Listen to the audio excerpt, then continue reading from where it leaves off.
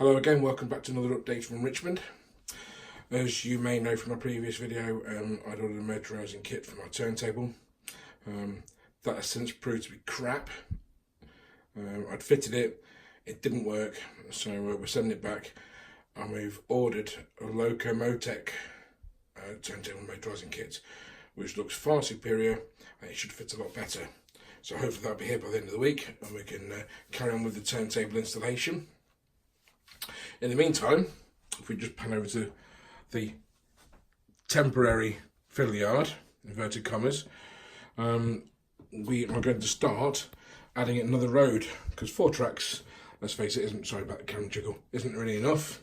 So this road here is going to come out, and this point just here is going to go there, and it will give us another road which is capable of taking 3 coaches and a loco.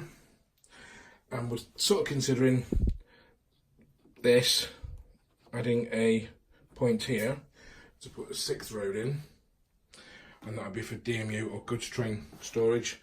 That'll fit 3 coaches or a loco and 2 coaches or a loco or 7 or 8 wagons. So, but we're definitely going ahead with this one. We're going to do that in a minute. Excuse me. This one is just in the planning stage at the moment. This point originally was intended for here, for the extension board. However, let's move that point out of the way. I think we should go with a right hand point so that we can sort of, let's just move this plate out of the way, so that we can just pull these roads over here onto the extension board and, you know, get on with it, and maybe have a bigger area in front of the station for car parking, or, you know, a bit of a cameo here and there, because that really there is just wasted space. So might as well use the extension board. And just over here, the extension boards are there waiting. Now, it's going to use this board or this board, but we're going to set the wooden framing off, this timber framing. I don't like it, this timber framing here. We're going to use that for bracing. So the 2 boards that I don't use, we're going to cut the board tops up, because they're 9mm ply, the same as my baseboard frames. So we're going to make identical frames for the extension board, so we can just butt it against that and bolt it all together, and it'll be nice and flush and perfect, hopefully. So without further ado, let's just, oh yes, just, I know it looks a bit of a mess in here. I've had to tidy up in the railway room, so we've put some those random magazines and bits of crap all over the floor, so we've picked them up, started using a new set of drawers that my wife gave me, and we've put some stuff away that was out here. Had all these projects out on the go, so we're going to do one project at a time. Small projects that only take 5-10 minutes to do, we're going to get them done and out of the way. So clean railway desk, clean mind, as they say. I know it does look a bit of a mess still, but it isn't. One of the projects for next week will be these PCB strips. We're going to put them on the baseboard joins and solder the rails to them, because that's a long overdue project. But anyway, back to this nonsense that we're doing now, this extra track in this fiddle yard.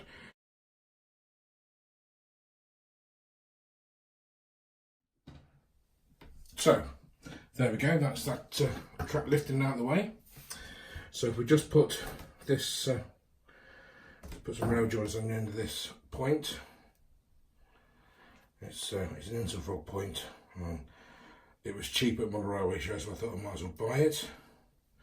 In the scenic area, we've gone for almost all electro-frog points, with the exception of the 3-way point and the double slip in the goods yard, because I didn't fancy wiring them up. And it's ready for our next project, which will be going to DCC at some point in the next few months or towards the summer. Now, the only thing with using copy decks to glue the track down, while it's great to remove track easily and quickly, and you're left with all this residue on the baseboard, on the cork or whatever medium you use to glue the track down, and it takes a while to get it up. Now, last time I lifted some track, which was a couple of weeks ago, I lifted some track and relayed it. I gave myself a massive blister on my thumb, which is only just healed, so need to be a bit less vigorous with the. So there you go. So it's we just need to get some cutters from one of my drawers, because we put all the tools away, and we just need to just clip the end of that point there. Pardon me. And there's the bit, and we can just put this in place. So now we've got another point. It doesn't send the geometry out of whack for this fiddle yard road here, and these cork strips here we can just trim or cut in half and just put them in place there, and hey presto, we're ready for another track. So I think we may go for another time lapse. I'm loving the time lapse nonsense at the minute, and you can watch me laying track or preparing to lay track, so enjoy.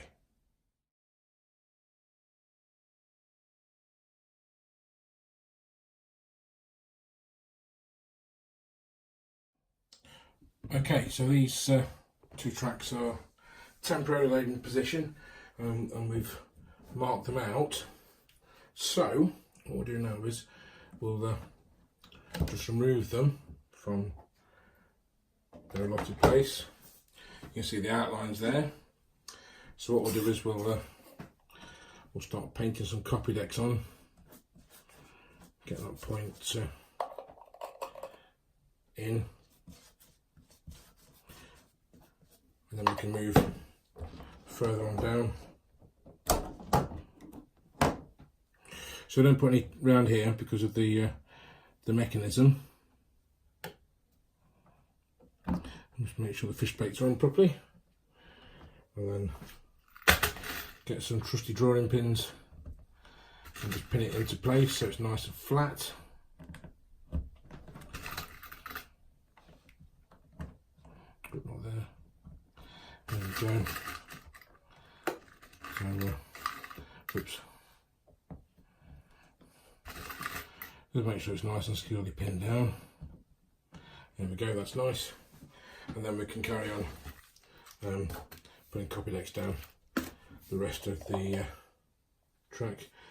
Although I am starting to run short on this stuff, so I may have to finish up with a bit of PVA. Hopefully what I've got will last. The fiddle yard was intended to be temporary at first, but it's achieved a bit of an air of permanence, so might as well do what I can to increase capacity. We're now going to switch to a bit of time lapse, otherwise it's going to take forever.